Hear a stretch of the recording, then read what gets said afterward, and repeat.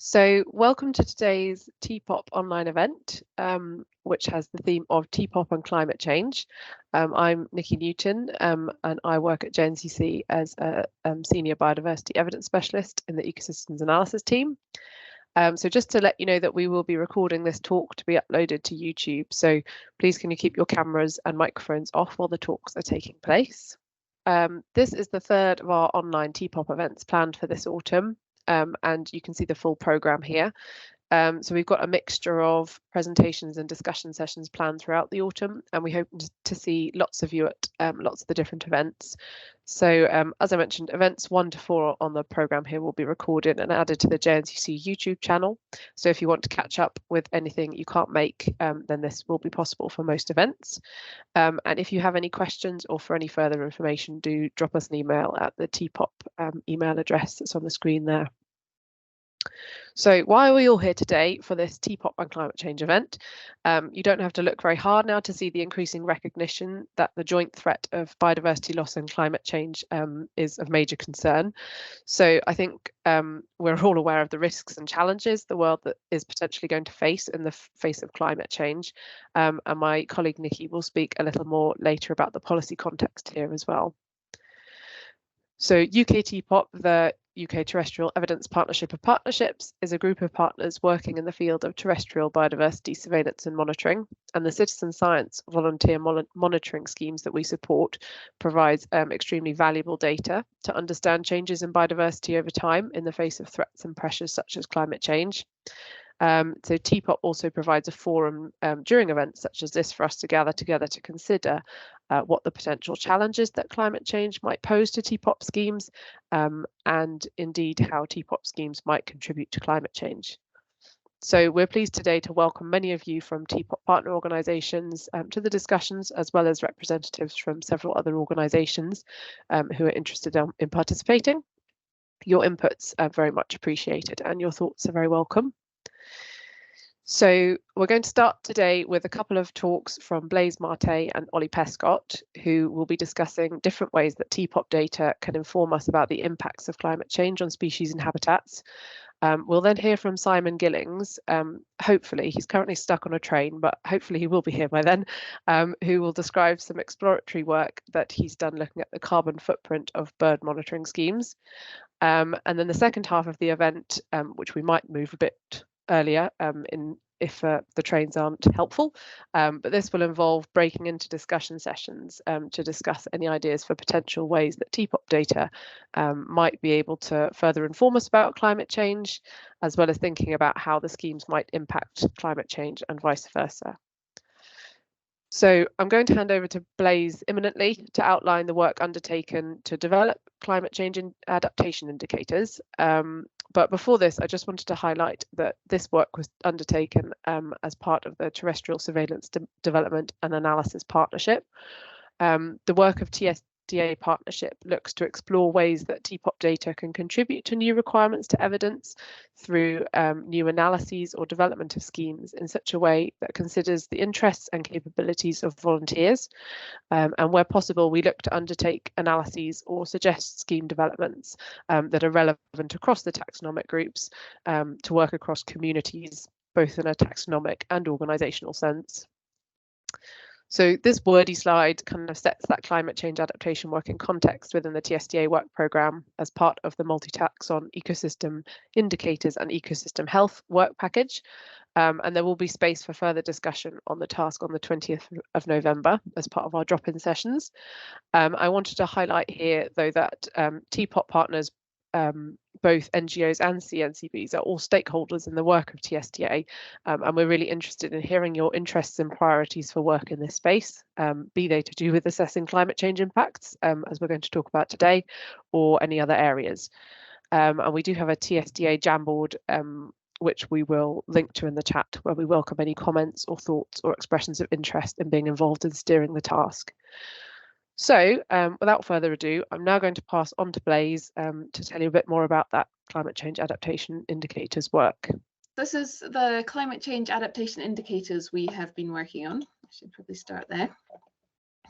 So it's been mainly me and James Pierce-Higgins from BTO looking at how we can develop indicators of how adaptation actions are reducing the negative impacts of climate change and biodiversity. So just some examples of what we're talking about when we're talking about adaptation actions. So, you know, as a country and across the world, there are a lot of actions going on that are for conservation in general, but they often have a component of trying to prevent sort of climate-driven losses. So examples might include protected areas, habitat creation, land use change, agri-environmental schemes. So there's a really broad spectrum of what this covers. And what's really lacking is monitoring of whether these are effective in the context of climate change and whether they are adequate. So whether all these actions together are doing what we'd like them to do in sort of helping biodiversity adapt to climate change.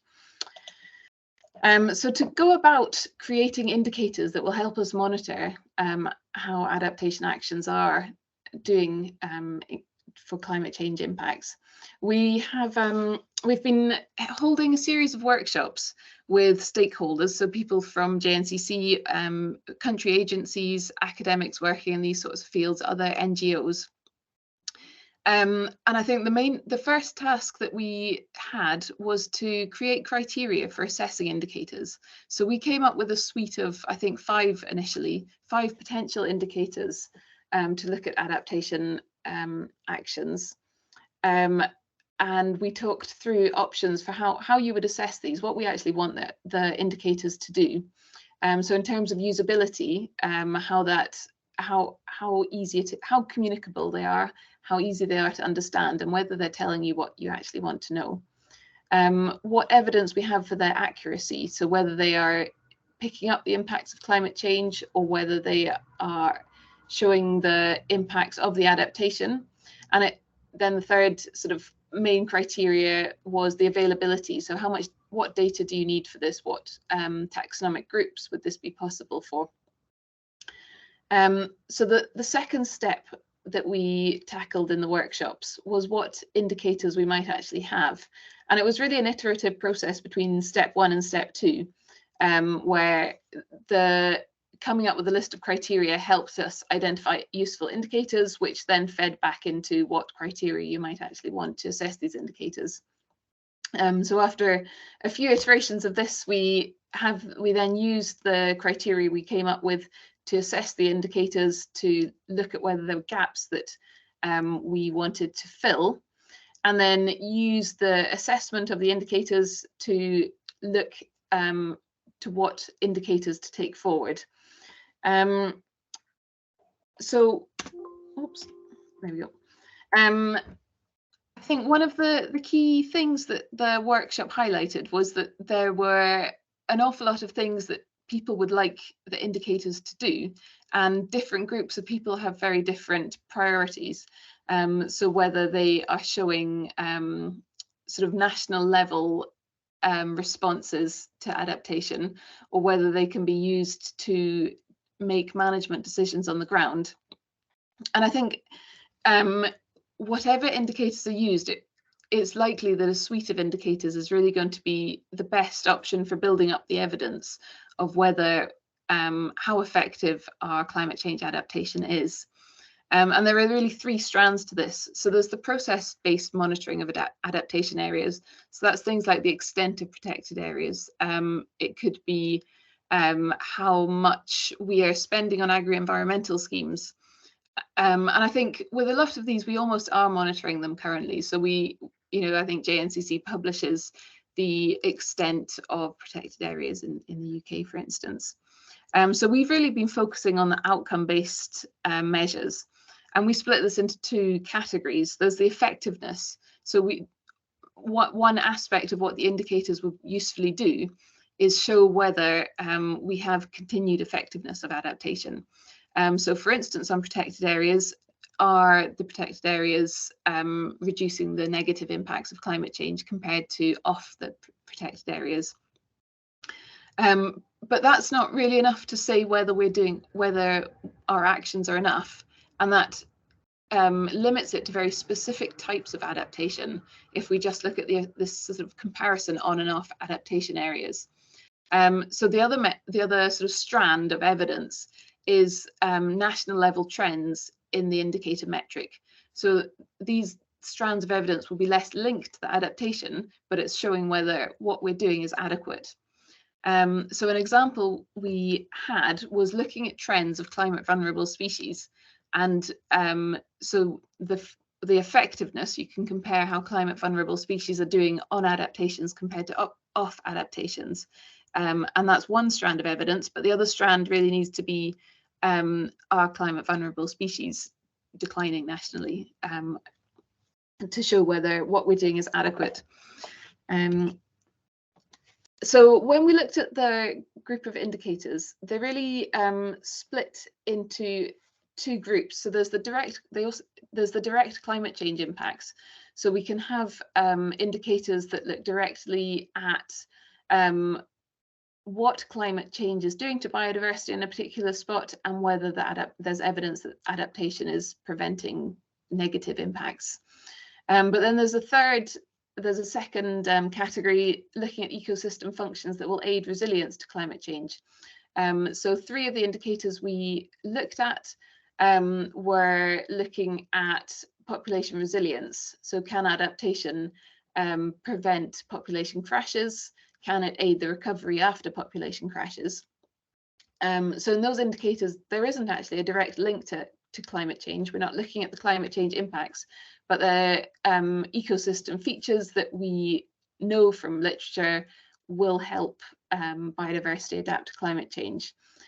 So another example is habitat connectivity or sort of biological complexity. And then there's a third type of indicator we can come up with, which is the adequacy of adaptation. So if you remove the sort of link to climate change and say what species are benefited by adaptation actions, and are these species still declining? So I think we ended up with 7 indicators, which I won't go into here because it needs a lot of detail and time to explain them all. But really, we assess these indicators. We've got quite a long list of criteria that we developed in the workshops, looking at the usability, so whether it has direct links to policy and conservation. So does it describe the impacts of policy? Does it link to clear actions on the ground? And is it, an adequate level of complexity? Can you communicate it, and trade it off against, is there a risk of oversimplification? The accuracy, whether the indicator can show whether the impacts and risks of climate change have been avoided or reduced by the interventions. And then the availability, what sort of data would be required? Could this therefore be used broadly across a lot of taxa, or is it limited just to taxa that are well monitored, such as birds and butterflies? Yeah, these are the examples of indicators that we have in their groups. So you've got the direct impacts of climate change I was talking about. So population trends of vulnerable species. One indicator that we looked at was actually modeling the impacts of climate change on populations and then comparing those trends on and off adaptation areas. Whereas you've got the ecosystem functions, resilience, connectivity, and biological complexity. So where we've got to so far is coming up with the indicators and scoring the indicators.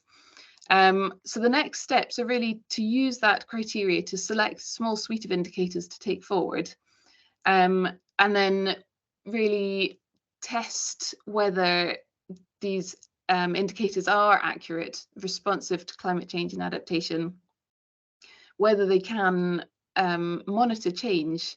Climate change isn't a fast happening thing in terms of what you see in the biodiversity. So whether we can actually show what the adaptation is doing in the face of climate change, and whether this can be expanded over a range of taxa.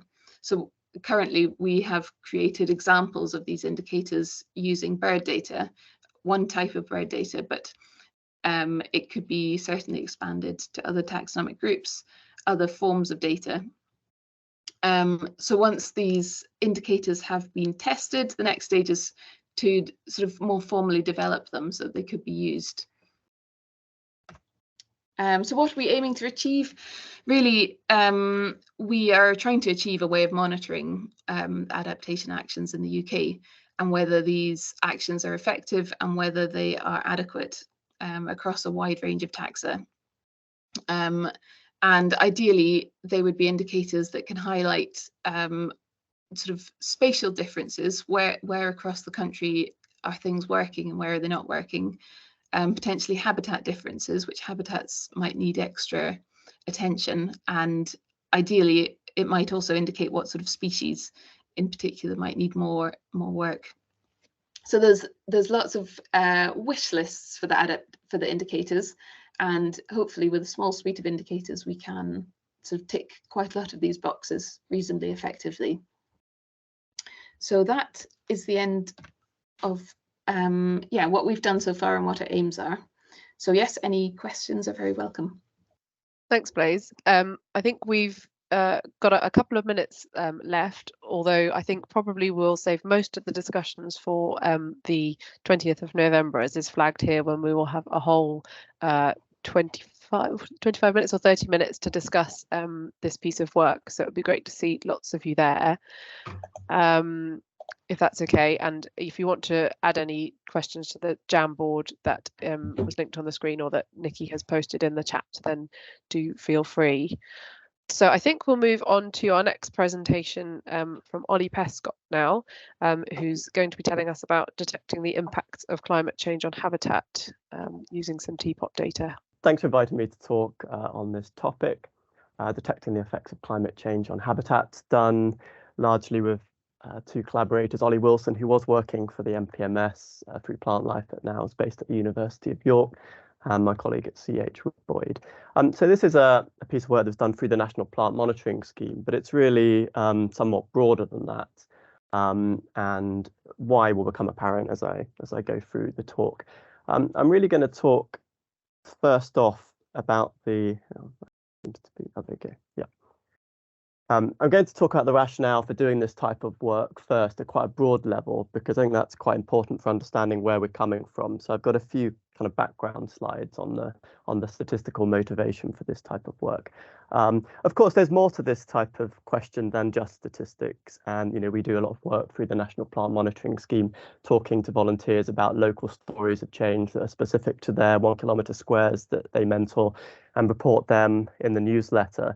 But this talk is entirely about the kind of statistical picking up a signal of change from a large morass of data that come in through the scheme. So a key thing really is about why we're doing this type of monitoring in the first place. It's normally, not always, but quite frequently what we're doing is creating indicators or doing some sort of descriptive inference where we're trying to describe some interesting variable of ecological interest in a broader population. Here an example with this map on the right is predicting the 1 kilometre occupancy of heather, Calluna vulgaris, across Great Britain at the 1 kilometre scale. And we might want to estimate occupancy across all of those squares, so mean number of 1 kilometre squares occupied across Britain. But we can only do that via sampling, at the moment at least. And so random sampling it's not the only way to do it in terms of different probability sample designs, but a simple random sample can be seen as some sort of benchmark for quality in terms of achieving that aim. So under that scheme, each 1 kilometre square has a precise chance of being selected into a sample, 1 over the number of population units. And that, at least an expectation or asymptotically, results in there being no correlation between that thing you're interested in, which is the occupancy of the species, and whether or not a 1 kilometre square is actually in the sample. And in statistics, that's obviously unbiased, but a bit more informally, it's also sometimes known as a representative sample, because that random sample achieves basic representation of any auxiliary or environmental variable that you might be interested in across, at least on average, across repeated sampling. So you can see that map there. The green is our estimated true distribution of heather, which is a combination of land cover data and other sources, and a simulated estimate, those black samples. And you can see it does pretty well, even though in terms of 1 kilometre squares, it's a pretty small sample. But that's not typically, well, it's not at all what we have within the TEPoP family of schemes. We have some control over sampling in different situations, but the ultimate thing is that where there's any loss of control, those sample inclusion probabilities start to vary.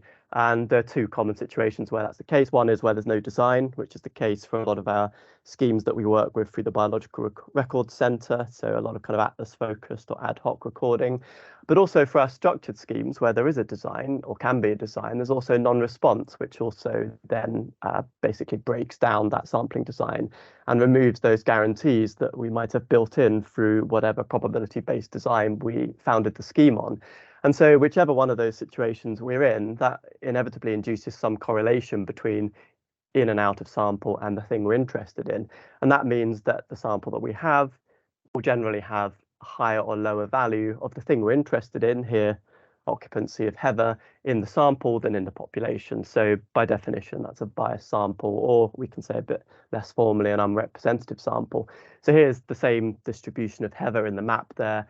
And what we've done here is simulated a bias into the sampling data. So there's a very small correlation. That's that second bullet point there. Rho R is sample inclusion, so that's a binary variable, in or out of sample, and Y is the occupancy of the thing that we're interested in. So even with a very small correlation built into that sample, you can see then that final bullet point, our estimate of mean occupancy is some way off the true occupancy.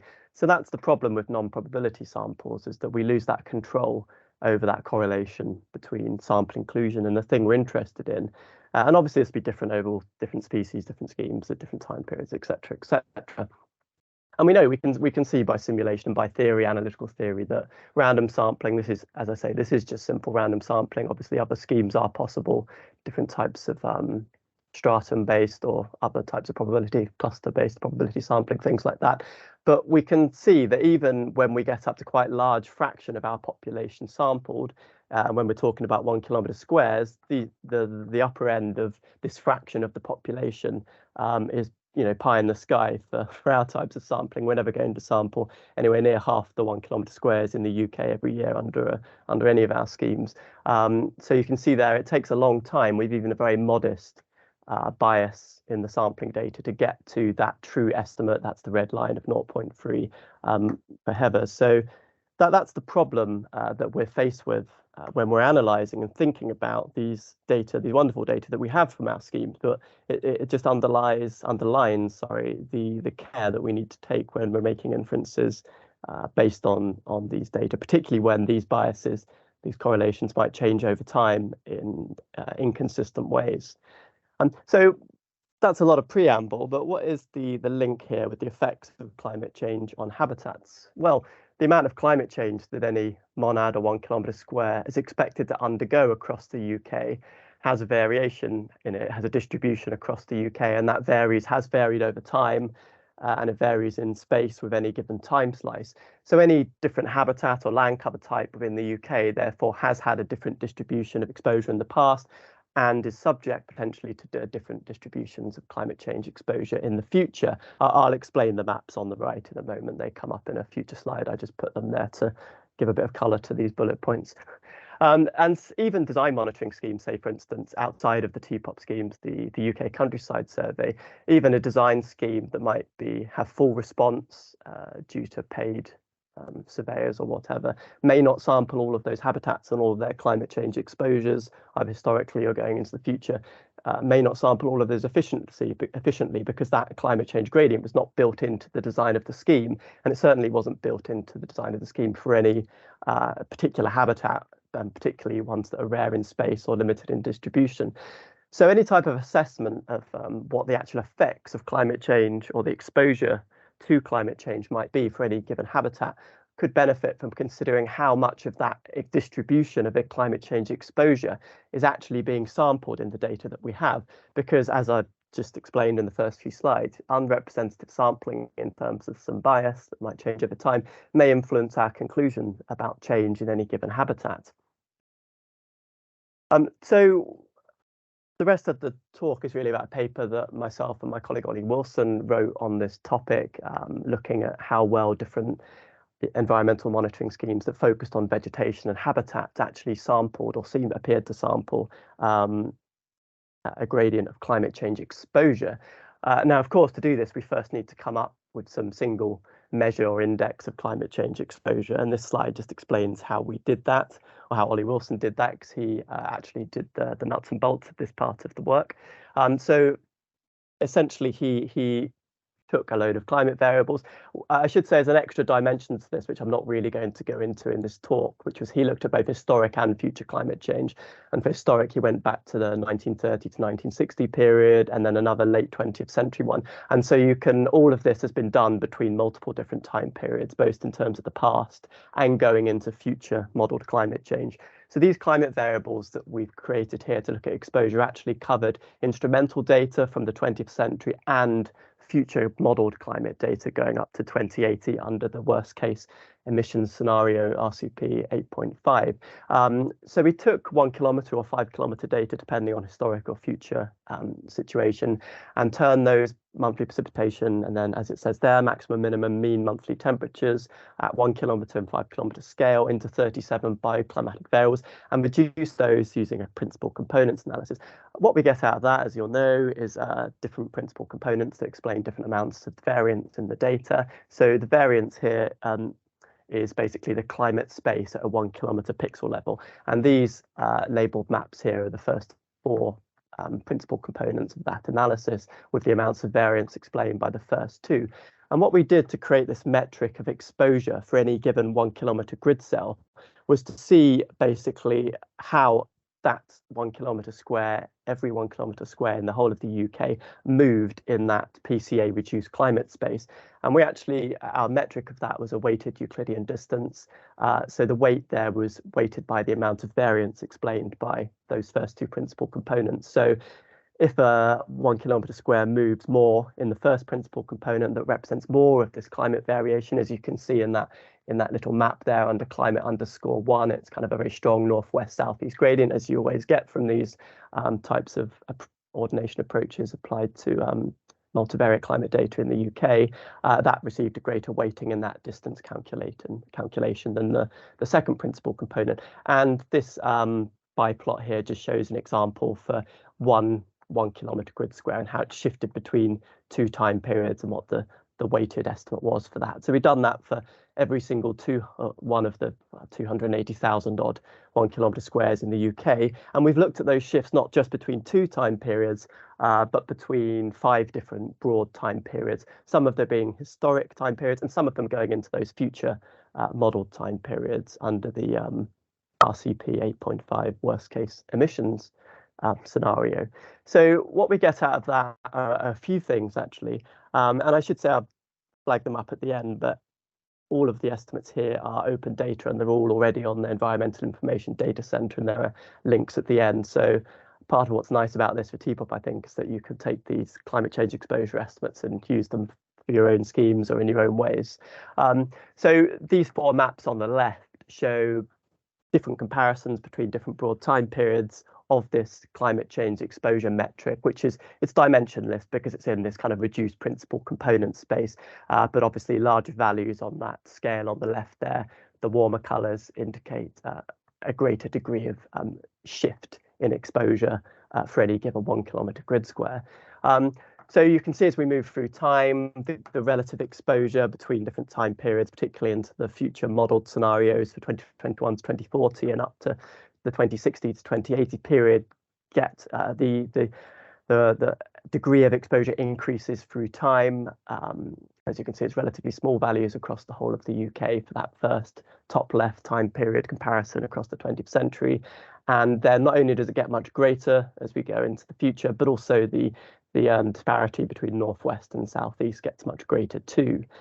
So once we've got all of these indices essentially of how much exposure any given grid square is expected to undergo between these different time periods, we can then match that to a land cover map or an estimate of what habitat occurs in that square and look at how or what the exposure is for any given habitat or land cover type. I should say we've used the word habitat, but technically this is all about, we've used land cover types as a proxy for those, as most people do, because obviously it's the only comprehensive kind of habitat proxy available for the whole of the UK. This is the 2019 land cover map that we've used here. People are particularly interested in that. So one thing, I'll just flag this up as well, what we also did with these, all these temperature differences between, temperature data for different historic time periods and different future time periods, was as well as doing that multivariate climate change exposure index, we also turned them into these Kopp and Geiger climate classifications. And I should say this isn't particularly important for the argument or for the paper, but the reason we did this was because it's a much more intuitive way of understanding broadly how climate's going to change in the UK, was predicted to change, has changed in the past. And we thought that was really important for communicating the message to volunteers, but also for making these data available through the schemes in the future. So one idea we do have for the MPMS is to put these data onto our server, onto a website somewhere, and allow volunteers to interrogate it for their square. And so these broad summaries of different broad climate types, which are used globally to look at both to classify climate types and to look at change, are much more intuitive and easy to understand because the different zones have clear classifications. So for instance, here for 2061 to 2080, you get this broad swathe of yellow, which is this Kopp and Geiger climate type CSA, which basically means we're getting into situations where there's a hot summer, and that has a specific definition, which is that the warmest months always have a mean summer temperature greater than or equal to 22 degrees. And likewise, the dryness has a particular definition in terms of precipitation, so people can look that up. And it's particularly nice because you can relate it to broader situations. So there we've mapped out the late 20th century situation for these climate types in terms of European habitat. So you can say, well, into a volunteer in the future, Southeast England's likely to experience a Mediterranean climate that was historically, the province of the Mediterranean and South France, Sicily, Corsica, etc., etc. So that was, we thought, quite useful for future applications. But going back to those actual indices of exposure to climate change as experienced by those land cover types, what we did was we took 1,000 random points within each of those land cover types and then graphed their exposures across those distributions of habitats for those different time period comparisons that we mapped earlier. And so here we've got all the different land cover types listed in terms of their kind of overall cumulative exposure. So the ones that get the most exposure, and this is highly correlated with how much exposure they get in that extreme future period as well, from top to bottom. So obviously it tends to be land cover types that are restricted to the southeast that have the overall largest exposure to climate change going forward. But I should also say we didn't just look at these national exposures, we also looked relatively at the comparison between relative local elevation and relative local climate change to also show that even against this broad picture, locally within local neighbourhoods, higher elevation squares underwent more climate change exposure than nearby squares at lower elevation. So we've got that element to the story as well. And so kind of what time? Okay, right. Yeah. So moving forward to scheme coverage and kind of what the motivation for this was. Through the MPMS, we kept getting asked to do analyses of climate change using the MPMS data, but the MPMS data to date are quite biased because we have that problem of non-response in that we have a much greater uptake of squares in the southeast typically, which is obviously common to quite a lot of schemes. And not only that, but we also then release more squares in the southeast, which compounds the problem. So we had been saying for a long time, well, we want to adjust these estimates that we're getting out of the MPMS for that lack of representativeness.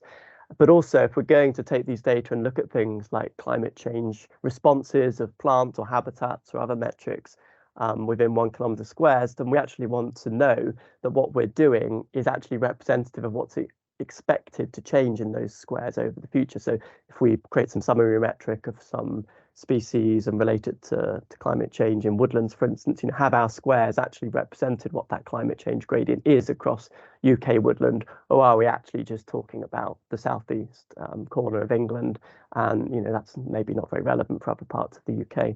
So that was kind of the background for this, but to make it more wide-ranging and to make it more interesting in terms of a comparison between schemes, we actually got data from 4 different schemes to complement the MPMS. So CS here is the bottom under this plot. We've got different colours. CS is in that muddy brown. That's the countryside survey, or the rolling countryside survey, the kind of modern implementation. Which samples a few hundred squares every year on a rolling programme, so different random squares sampled each year. Then we've got the long-term monitoring network from Natural England and the environmental change network, both of which have far fewer sites but had different rationales in terms of design and targeting. And then we took those monitoring locations from each of those schemes and basically looked at how well they compared to those national gradients. So for any given cell here, so if we look top left, acid grassland, the density plot at the bottom of that square is the national exposure to climate change, and the 4 curved lines above it are the representation of each of those schemes, and those numbers are an estimate. Those percentages on the right hand side of those lines are basically estimates of the coverage of those empirical density plots to that random sample of the climate change exposure gradient covered by that habitat. The actual numbers are the number of plots or unique locations on the left. So here we could say which schemes covered which habitat climate exposure well, which ones they covered poorly, which was particularly interesting for us at the MPMS. But it was also interesting for us being able to say, which was the conclusion, that actually different monitoring schemes, do well in covering different habitat. It's not really surprising because they were designed in different ways and focus in, for instance, long-term monitoring network focuses in on NNRs and therefore tends to oversample or sample particularly rare land cover types like superlittoral rock or inland cliffs and things like that, which don't come up in the kind of stratified random sample of the CS and also tend to get missed by the MPMS. So that's provided a lot of food for thought that's going to underpin, I think, a lot of our summaries and insights going forward if we wish to look at climate change impacts within the MPMS data. So finally, I'll just flag up, what do we do when we've uncovered these potential biases, if we want to say something then about climate change and with the MPMS data. And so this is kind of what this kind of fits into a broader suite of work that I've been doing with colleagues, particularly Rob Boyd and Gary Powney at CEH, thinking about how we actually assess, mitigate and communicate these risks of bias when we do these types of exercises, analytical exercises. Because the moment we step outside of a scheme which has full response and a design, then there's almost certainly going to be some bias associated with those inferences that we're drawing from those data and those models. And so a key thing is about assessing the risk, and that's kind of what we've done here with regards to climate change inferences. Mitigation might be model-based. It's going to mainly be model-based of some sort, and there are lots of things you can do in that area. It's weighting or post-stratification or other types of complicated model-based adjustments, but also just communicating these things, comparing them in a kind of heuristic way like we have done in this paper, comparisons to random samples, formal qualitative risk of bias assessments where we actually go through the data and kind of interview the data set relative to the question that we're actually asking and present all of that information up front so we're not misleading people. Our indicators are particular types of statistics that relate the distributions of environmental data in the sample to the population, and therefore a way of kind of getting at how representative data might be. And so for the indicators that we produce for the MPMS, when we present these plots of data that go into them, they're quite misleading actually, and I presented these, so these are misleading and I did them, so we really shouldn't do this. But it doesn't give an impression of how these data resources vary per year, so we should be making a much more of an effort to show how that varies per year and how therefore biases might creep in on an annual basis, as well as the overall representation of things. And if we're using them to be indicative of particular things like national trends, we shouldn't necessarily assume that that's going to be indicative of trends in other things such as climate change response or impact or whatever else we might be doing. So it's kind of important work going forward with the indicators to take those types of things into account and to represent those transparently. So I've just put this on the final slide so you know where to get all these things from. So all of those climate change exposure estimates for all the different time periods are in a spatial format in that first data set there. The climate change, the Kopp and Geiger climate classification is also available in a sensible spatial format, and obviously the data from the MPMS are there and they get updated every year as well. So yeah, Thanks for listening. Thanks very much, Ollie. That was very interesting, and some nice points about bias there that you made at the end, which I think will lead nicely into our next TEPoP event next week, where we've got other bits of work thinking about bias and coverage and schemes. We do have one question in the chat so far, which is, why was the worst case scenario RCP 8.5 selected for the analysis? If you've got any points on that? Yeah, I think if I remember that it was the only one available for the future scenarios that we used. So it's the UK climate projections 18 local data at that scale. I think they're only available for the worst case emissions scenario RCP 8.5. Although Ollie Wilson looked into this, and there's relatively little difference between the emission scenarios and their predictions of change in the coming 2 decades. Although that's only for the 2021 to 2040. So if we did have a different emission scenario, it would have the greatest impact on the comparisons to that last time period, which was 2061 to 2080. Great. Okay, thank you very much. That's some good insight. That's the only question we've had in the chat so far. If anyone does have any questions that we can ask Ollie throughout and after the event, then do pop them in the chat. But we are bang on time, so I think we'll move on to the next talk now. So thanks very much, Ollie. Our next talk is from Simon Gillings, which is on estimating the carbon footprint of citizen science schemes. Just to note that, yeah, please do put any questions for Simon in the Teams chat throughout the talk, and hopefully we'll have some time to talk through Eddie at the end. Great that we can see that. Thanks, Simon. So over to you. Thank you. Hopefully you can hear me okay. Yep. Great. Okay. So thank you for the invitation to give this presentation today. This is a piece of work I conducted with colleagues a couple of years ago now, and the motivation for this was twofold. One was to understand the carbon footprint, as it says on the title slide here. The other was to assess the ways in which people travel to their survey squares, to understand how that may contribute to barriers to participation.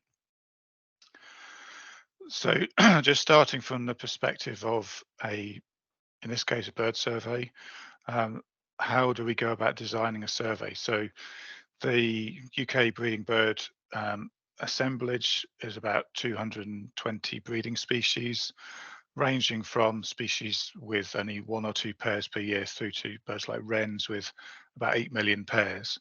So designing a scheme that can cover even a decent fraction of those requires a number of things. One of those is a large sample size, which we obviously want for other reasons of scientific rigor and being able to have the sample size needed to detect, the power to detect small changes quickly. Obviously, we need good spatial coverage to represent the distributions of these different species and to cover the parts of the country they occur in, but also we may want to produce local trends to assess particular interventions or policies in different parts of the UK or different individual countries.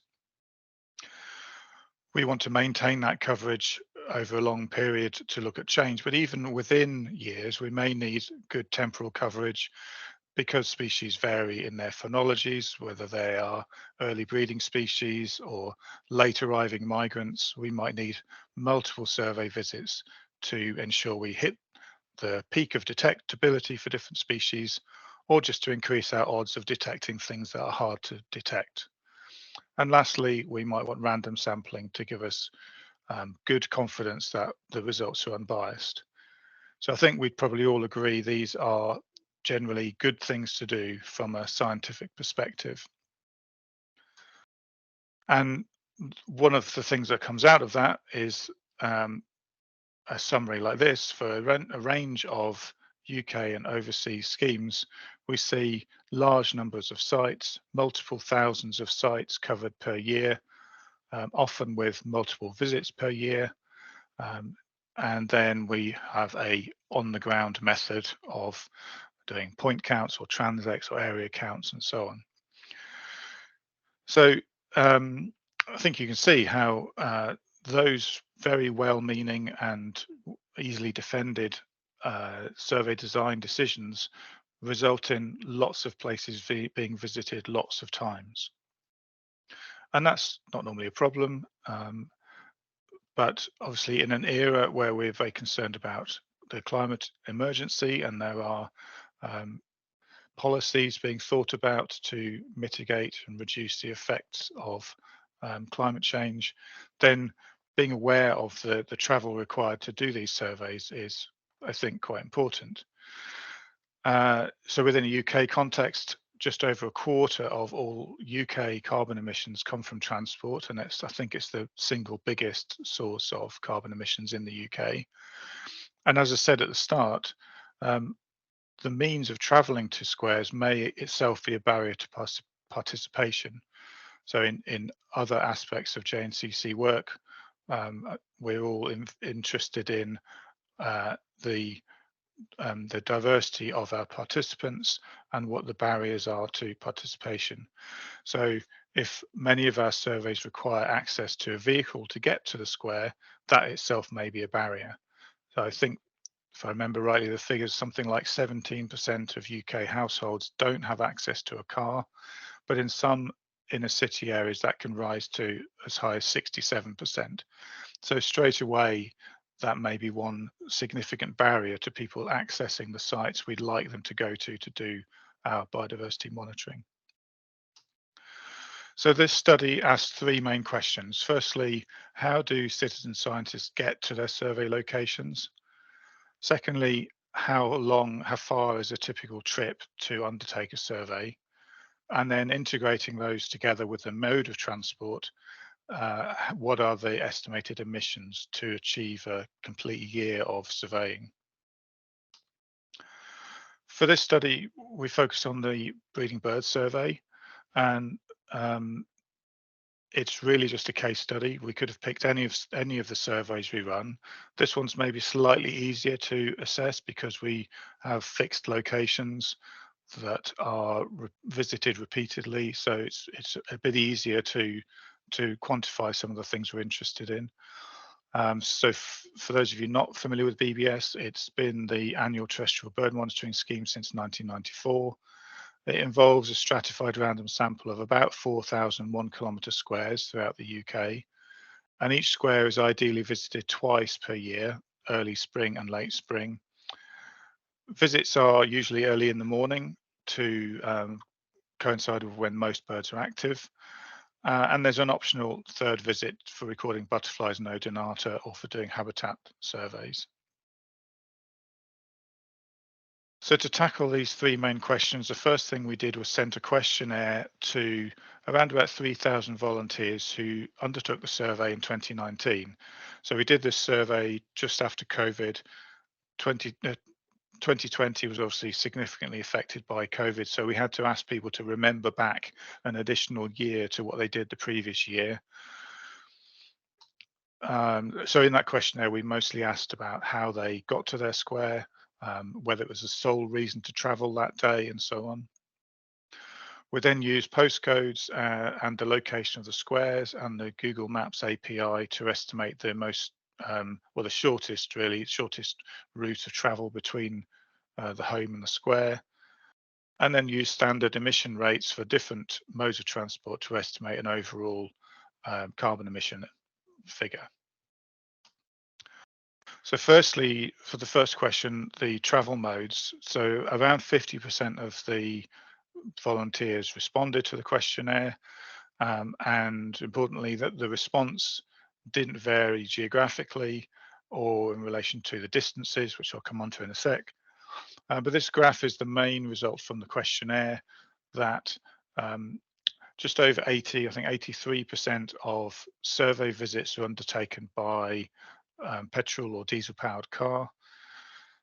Small numbers across all the other main ways of accessing the square. Not surprisingly, foot and bicycle and e-bike access is mostly in the lowlands. Public transport is mostly for accessing squares in and around urban areas. But a really important point to make at this point is that we are really clear that we're not sort of pointing the finger at volunteers. We have designed a survey and asked people to participate that requires them to use a vehicle to get to their squares. So we really aren't blaming or naming and shaming or anything like that people who are doing what they have to do to get to squares we've asked them to visit. So here's an example of a square. This is the square that I surveyed on the edge of the fens, and that requires a 33k visit each way to get to the square. Now, sometimes I can do that on the way to work, but other times that is my sole reason for doing this journey. So that we could say that can be attributed to the scheme as being some additional transport that was required to do the survey. So if we sum up all of those distances across all the squares surveyed in 2019, we come up with a figure of about 286,000 kilometres, which is a big number, but it's a bit kind of, there's no frame of reference really for that. It's just a big number at the moment. The distances, though, as you might expect, vary according to the mode of transport. So active travel is typically much shorter distances, and then motorized travel is much longer distances, as you'd expect. So when we integrate the fact that most visits are done by car and the distances are longer by car, then overall car travel accounts for 92% of visits of distance. And then the third part is a very simple calculation. Made it look flashy with an equation, but it's a very simple calculation, multiplying together the distance for each mode of transport by its standard emissions rate, and then summing those across the 9 different transport methods. And that generates a figure of just under 47 tons of carbon dioxide equivalent produced for a single year of BBS surveying. Again, it's just a big number. Without any context, it's hard to really know how big that is. So to put that into, and just a reminder, so cars account for 83% of journeys. Because of the longer distance of car journeys, that's 92% of the distance. And then because cars emit most carbon, that's then 90%, 97% of the emissions from all this travel are attributed to conventional cars. So putting that 46.8 tonnes in context, it's a minuscule fraction of the UK emissions, 0.00001%. So many zeros that I misquoted this one when we originally published the paper. It's equivalent to about 15 round trips from the UK to Brisbane, if that's of any useful benchmark, or the total annual carbon emissions of 4 UK adults.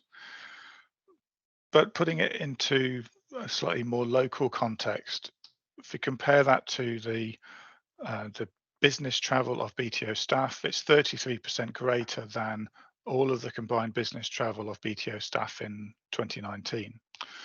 And remember, this is just one of the schemes surveys we run. So across the portfolio of schemes we run, I think it's clear that this linked carbon emissions linked to surveys will be a significantly larger fraction of the BTO's carbon footprint. Now, of course, BBS is incredibly important.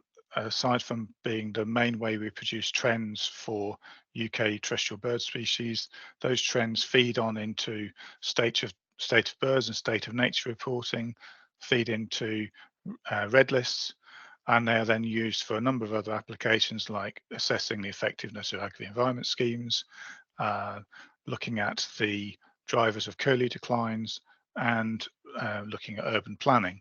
So there are huge numbers of ways we use for the BBS data for their primary purpose, and we reuse them to really maximize the potential of the data that come from this scheme.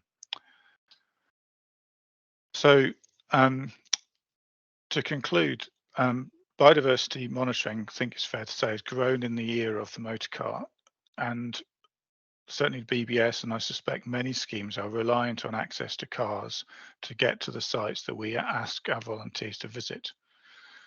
And the emissions that come about from that, they are small in a national context, but they're a pretty significant part of the sector, of our sector's carbon footprint.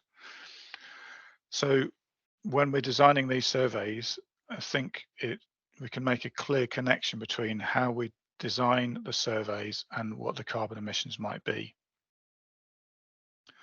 Now, we're absolutely not proposing that we stop doing these surveys. We really need the data that come from these surveys. And equally important to say, we're not proposing to control volunteers.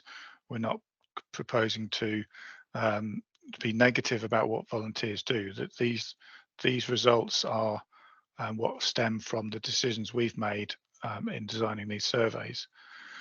What I think it does mean is that we need to factor carbon accounting into the decision making when we're designing surveys.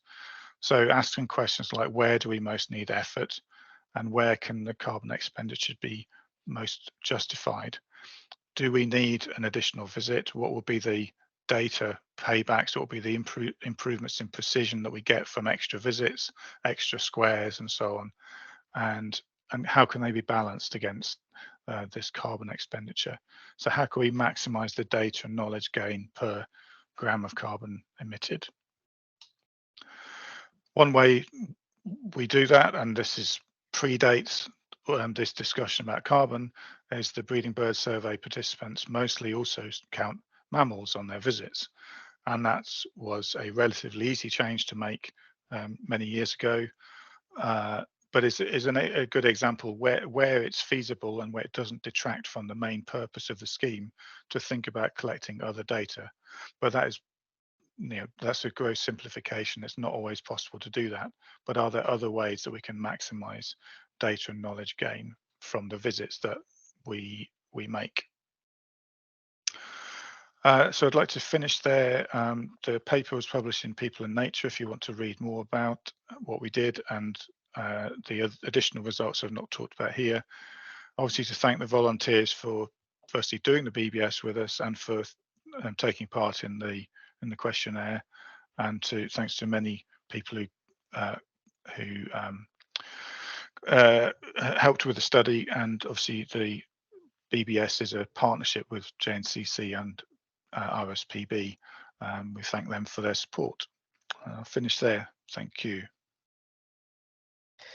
Thanks very much, Simon. That was very interesting, very thought-provoking. We've got one question here in the chat, which is, have you had many reactions to the paper from volunteers or others? We've had a little bit, mostly positive, a bit negative. I think, the headline figure of the fraction of the UK carbon budget, I think, prompts a kind of response. Well, this is tiny. Why are you even looking at this? And I think my response to that would be, we need to look at this question across all activities. It's not just for aviation and the steel industry. It's something we all need to look at least assess and think about. So, but yeah, it's mostly been positive, I'd say. Great, thank you very much. Right, well, that I think we'll move on to the workshop session now, but I wanted to say thank you again to all three of our speakers there. I think that was a really interesting set of presentations and gave some good examples as to how TEPoP data can be used in assessing the impacts of climate change and indeed the impact of schemes on climate change. So I'm going to pass over to my colleague Nikki now to introduce us to the workshop session. So over to you, Nikki. Thanks, Nikki. Thanks so much. Yeah, so hi, everyone. My name is Nikki Duplessis. I'll be giving a brief background to the workshop session that we've co-designed with BTO, and I'll provide some instructions for the breakout groups that will break out into around 10 past. So I'll try to keep this as brief as possible so that we can spend more time on the discussion. So as we've heard today, biodiversity and climate change are strongly interconnected. Changes in climate significantly impact biodiversity through species range loss, altered species interactions, phenological mismatches and altered species behavior, etc. And in turn, biodiversity loss can influence climate change through reduced carbon stocks and loss of ecosystem services, to name a few. Climate change mitigation and adaptation measures often aim to reverse the cycle through activities such as restoring and protecting natural capital, including species and ecosystems. And these kinds of activities also improve the resilience and adaptive capacity of ecosystems, allowing vital ecosystem services such as carbon sequestration and storage to take place. So the important linkages between climate change and biodiversity are pretty well recognized, and they are promoted through pieces of legislation across all 4 of the UK countries. So you can see here England's 25-year environment plan promotes both nature recovery and climate change together, as well as the Environment Strategy for Scotland, Wales's Wellbeing of Future Generation Act, and Northern Ireland's recent Climate Change Act of 2022.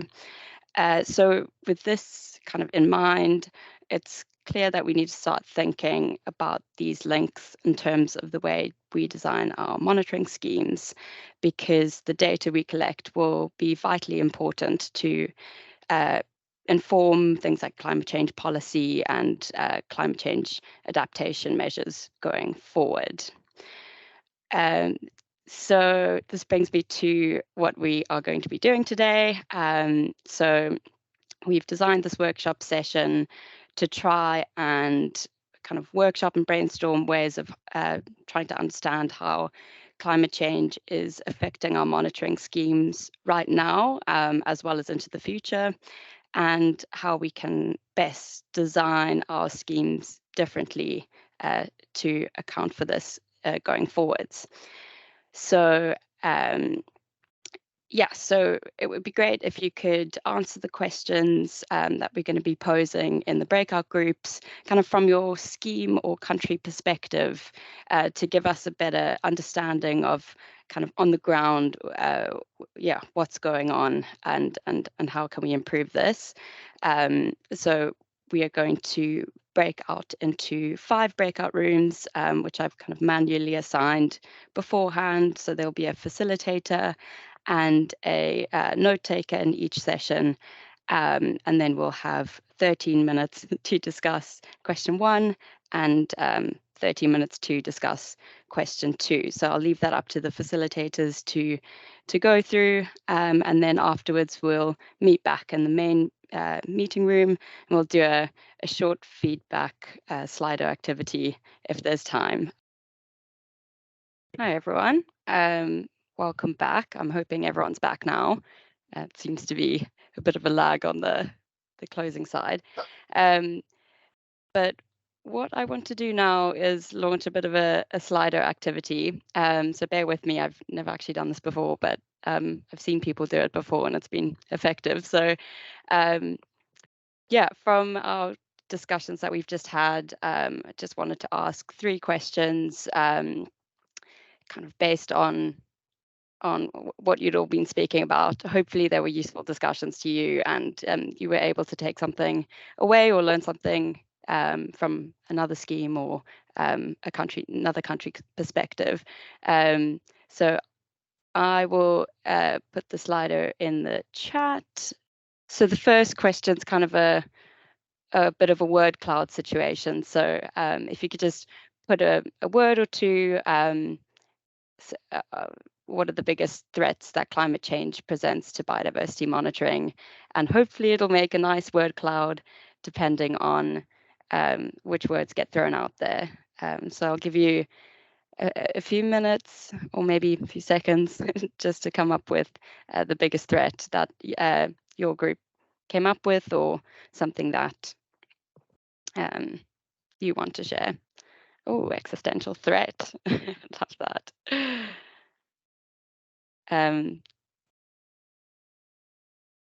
yeah, so this is building very nicely.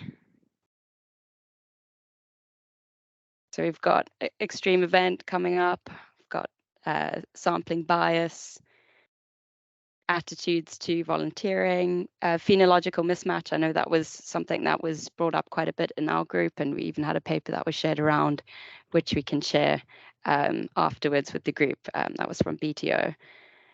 Some more coming through. Invasive species, that's an interesting one. Definitely something that's going to be a knock-on impact of climate change. Yeah, some really great things coming through here. Awesome. I'm going to move on to the next question now because I see it's slowing down a bit. Let's see. Right, the next question, hopefully it's come up on your side. How do you think our monitoring schemes can best prepare for these threats? So yeah, in a quick sentence or a couple phrases, just pop down something that you spoke about and feel passionate about. I've got range shift of taxa coming up.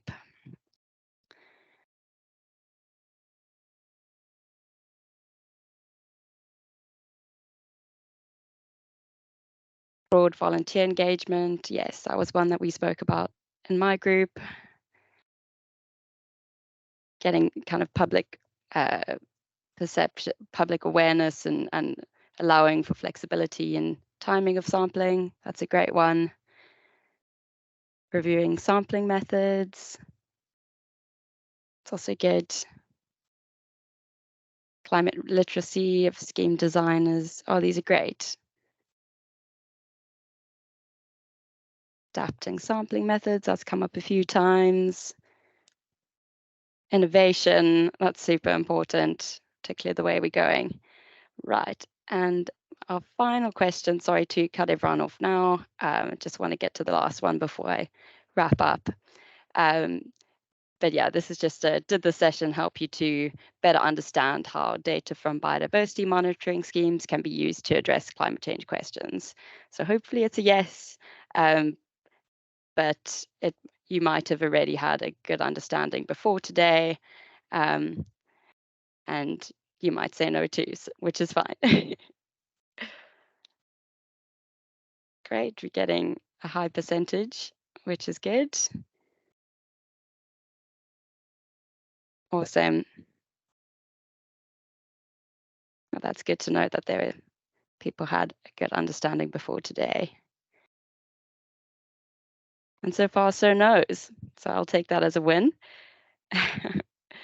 Right, I'm going to close that and just reshare my slide to just close the event today. So thank you all so much for coming today. I thought it was a really interesting and a good session. So thank you so much to the speakers for sharing their work with us. And I just want to highlight the upcoming TEPoP events. There's one next week on gap filling and existing recording and data. Then there's the TSDA drop-in sessions. And the week after that is the UK EOF Symposium on Inclusivity in Citizen Science, which you will need to register through a separate link, which we'll post in the chat.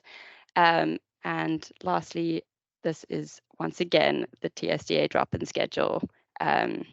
So take note of all the times, but we will be sharing this in an invite relatively soon. So yeah, thank you. I think that that is the end of today's session. So thank you so much for contributing, and yeah, we'll see you next time. Thank you. Thank you. Cheers. Cheers. Cheers. Bye. Thank you. Bye. Thanks. Bye. Bye. Yes. Thank you.